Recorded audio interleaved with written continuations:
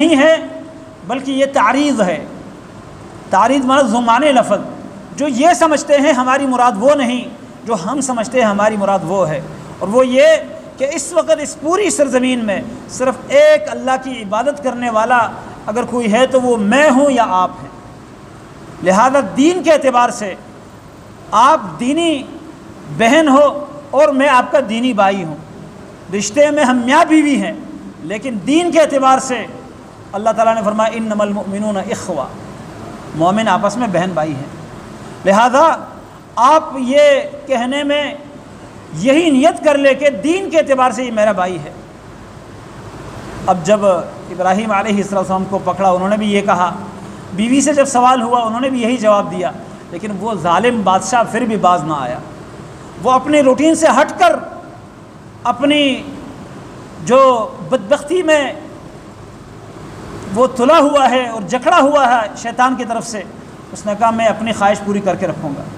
ابراہیم علیہ السلام کی بیوی کو جب پکڑ کر لے جایا جا رہا ہے، اب یہاں پر ابراہیم علیہ السلام کو احساس ہوا کہ اس وقت اس پورے علاقے میں میری آواز سننے والا کوئی نہیں، میرا ساتھ دینے والا کوئی نہیں، لیکن ایک ہستی ایسی ہے جس کے دروازے کبھی بند نہیں ہوتے، جس سے تعلق جب بھی جوڑا جائے تو وہ کام آتا ہے۔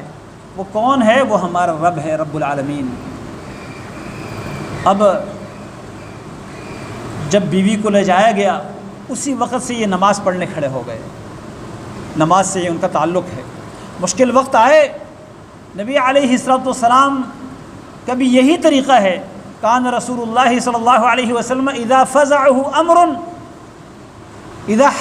امر فزع الی الصلاۃ، نبی صلی اللہ علیہ وسلم کو جب کسی بات سے ہیبت ہوتی، پریشانی ہوتی، آپ صلی اللہ علیہ وسلم نماز کی طرف لپک جاتے، نماز کی طرف آپ لپک جاتے۔